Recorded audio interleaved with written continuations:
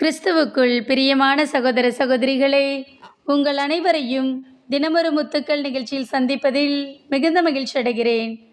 சகலமும் நன்மைக்கே. ரோமையர் 8:28. மேலும் கடவுளிடம் அன்பு கூர்பவர்களோடு, அதாவது அவரது திட்டத்திற்கேற்ப அழைக்கப்பட்டவர்களோடு, அவர்கள் நன்மைக்காகவே ஆவியார் அனைத்திலும் ஒத்துழைக்கிறார் என்பது நமக்கு தெரியும். பிரியமானவர்களே, நம்முடைய வாழ்க்கையில் என்னென்ன செயல்கள் நமக்கு விரோதமாக உள்ளதோ அவை எல்லாவற்றையும் இறைவன் நன்மையாக மாற்றுவார்.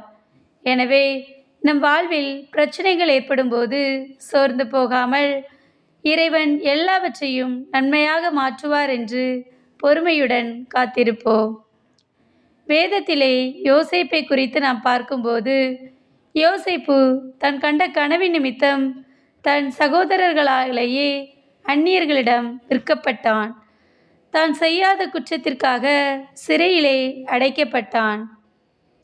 ஆண்டவர் யோசேப்புடன் இருந்ததால் யோசேப்பு எல்லாவற்றையும் பொறுமையுடன் சகித்து கொண்டார்.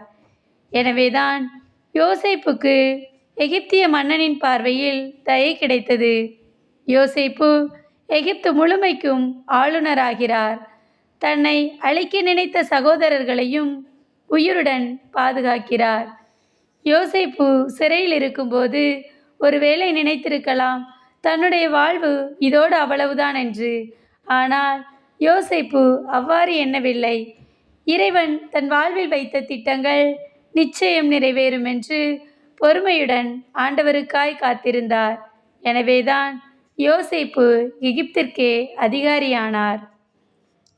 அன்பானவர்களே, நாமும் நம் வாழ்வில் நடக்கும் பிரச்சனைகளை கண்டு சோர்ந்து போகாமல் இறைவன் நம் வாழ்வில் ஏற்படும் தீமைகளை நன்மையாக மாற்றுவார் என்ற நம்பிக்கையோடு சகலமும் நன்மைக்கே என்று அவருக்காக பொறுமையுடன் காத்திருப்போம். இறைவனும் நன்மைகளின் கருவூலங்களை திறந்து நம்மை ஆசீர்வதிப்பார். அன்பு இறைவா, நாங்கள் எந்த சூழ்நிலையிலும் உமக்கு எதிராக முறுமுறுக்காமல் சகலமும் நன்மைக்கே என்று பொறுமையுடன் காத்திருக்க எங்களுக்கு உதவி செய்யும் இறைவா. ஆமென்.